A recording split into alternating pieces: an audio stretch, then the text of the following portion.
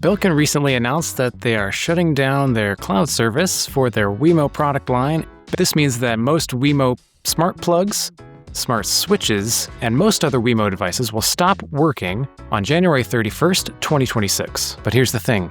You can save them from becoming e-waste by connecting them into Home Assistant and continue using them as if the shutdown had never happened. No Belkin account, no cloud connection, no nothing. In this video, I'm going to show you how you can save your Belkin Wemo devices and continue using them as if the shutdown never even happened. So let's check it out. But I should warn you that this rescue mode is not for everyone. If you don't feel comfortable typing commands on a computer terminal, or you just want to buy something that works and then move on with your life, I created a list of devices that replace the Belkin Wemo line, and I made it just for you. I'll put a link to all those devices if you're interested. Those replacement devices have Matter support, so that way you'll never have a cloud shutdown impacting your smart home, and they all work directly with Home Assistants. All right, so let's get to saving your current Belkin Wemo devices. There are 3 types of Belkin Wemo smart devices. There are Wi-Fi only devices, Wi-Fi with Apple HomeKit, and then Thread-compatible devices. The Wi-Fi only and the Wi-Fi with Apple HomeKit devices, those are the ones that are most at risk of this cloud shutdown, especially if you need to initialize it or change the Wi-Fi credentials. Wi-Fi with Apple HomeKit devices, though, use the HomeKit for local control, but sometimes there's still a cloud connection needed for setting up some of those devices. I got one of each type of device. That way, no matter which device you have, you'll be able to see how you can connect it to Home Assistant without having to use Belkin's cloud or their app. I factory reset all of the devices that I'm going to be using in this video. I made sure to block their MAC addresses in my firewall. That way it simulates the scenario where there is no Belkin cloud. So ultimately, doing all these steps does not require an internet connection at all. All right, let's get started. So at this point, get the device that you want to save. In this case, I have a Belkin Wemo switch. This Belkin device should ideally be factory reset. It's not required, but I wanted to reset everything just to be safe. And so I'd recommend that you do that too. So the overview of what we're going to do, we're going to install PyWemo. We're going to plug in our factory reset device. We're going to then connect to that device using a Wi-Fi adapter.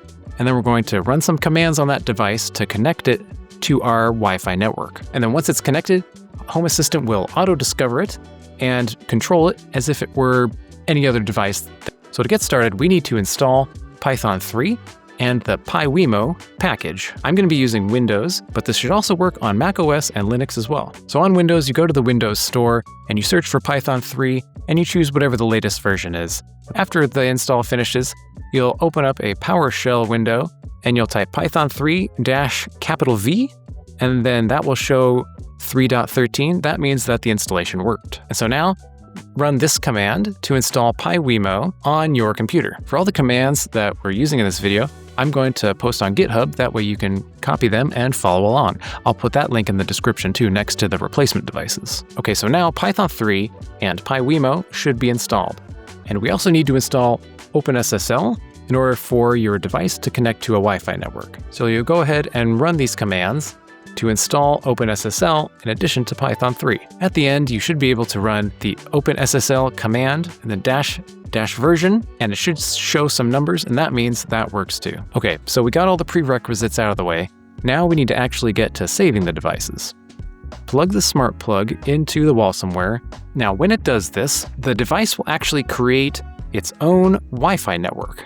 It'll usually look something like this, where it says Belkin Wemo, and then a handful of numbers next to it, like 322 or 423. On the computer where you installed Python, you want to connect that computer to the Wi-Fi network of the Belkin Wemo device. Now, your computer might warn you that, oh no, there's no internet on this network. That's totally fine. You still want to stay connected to that network, even though it doesn't have internet. This is the one thing that was kind of tricky for me at first, because Windows kept trying to switch back to the network that had Wi-Fi. I had to make sure several times that it was staying connected to the Belkin Wemo network. So once you're connected, you're going to want to run these commands. Pause the video if you want to type them and follow along. Basically, we're saying, hey, we want to use PyWemo, and we want to have it auto-discover all of the devices that it can see. Of course, there's only one device because we're connected to that plug's Wi-Fi network in this case. We're going to make sure that PyWemo can see that device and that it can correctly identify it. At this point, you can actually control the device just using PyWemo. This is pretty cool. Just for testing purposes, I toggled my switch on and off just using that command there that you saw on the screen, and I put a light bar next to it to make sure that the light turns on or off as the switch turns on or off. Now, like I mentioned at the beginning, I have blocked these devices from the internet entirely in my firewall, so all of this is occurring completely local without any cloud connection or Belkin app. And that's good because the Belkin Wemo app kind of sucked. Now we need to actually connect it to our home Wi-Fi. So after you type in your Wi-Fi's SSID and network key, go ahead and hit enter. And so the device will restart and will connect to your Wi-Fi network. PyWemo returned this message for one of my smart plugs. It basically means that the device didn't say it failed, so PyWemo is assuming it worked. But there's only one way to tell, and that's to see if Home Assistant can auto-discover it. And so, as we can see here in our integrations, that Belkin Wemo device appears just as if it had been connected using the app or Belkin's cloud. That is awesome. In addition to the Wemo smart plug we did earlier, I also tried a Wemo smart wall switch as well. This is the F7C030 model. And just like the smart plug, I was able to configure it with PyWemo and hook it into my Wi-Fi so that it would work with Home Assistant, just like the smart plug. If you run into any problems with this, let me know in the comments and I'll do my best to help you resolve them. The PyWemo should support most of the common Wemo devices out there. PyWemo project also allows you to factory reset your device if you need to later on.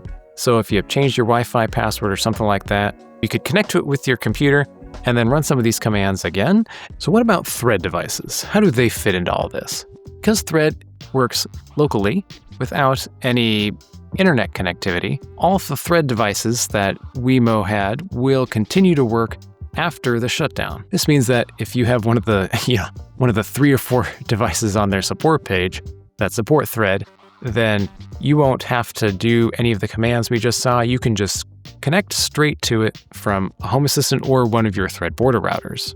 And so Thread devices don't need any of the commands we just did because they'll work locally without any cloud connection whatsoever. So you can continue to set them up and use them completely locally. And so if this Wemo shutdown has taught us anything, it's that if you don't have full control over it, then there's a chance that someday some company will decide that they don't want to support your product anymore and they will just shut it down on a whim. The best way to insulate yourself from that is by using products that don't need a cloud connection, like Zigbee devices. And to do that, you'll need a good Zigbee coordinator. So check out this video where I unpack and install the Zigbee dongle P. I take you through getting it set up and installed with the Home Assistant. So go ahead and click or tap the card over here, and I'll see you in the next one.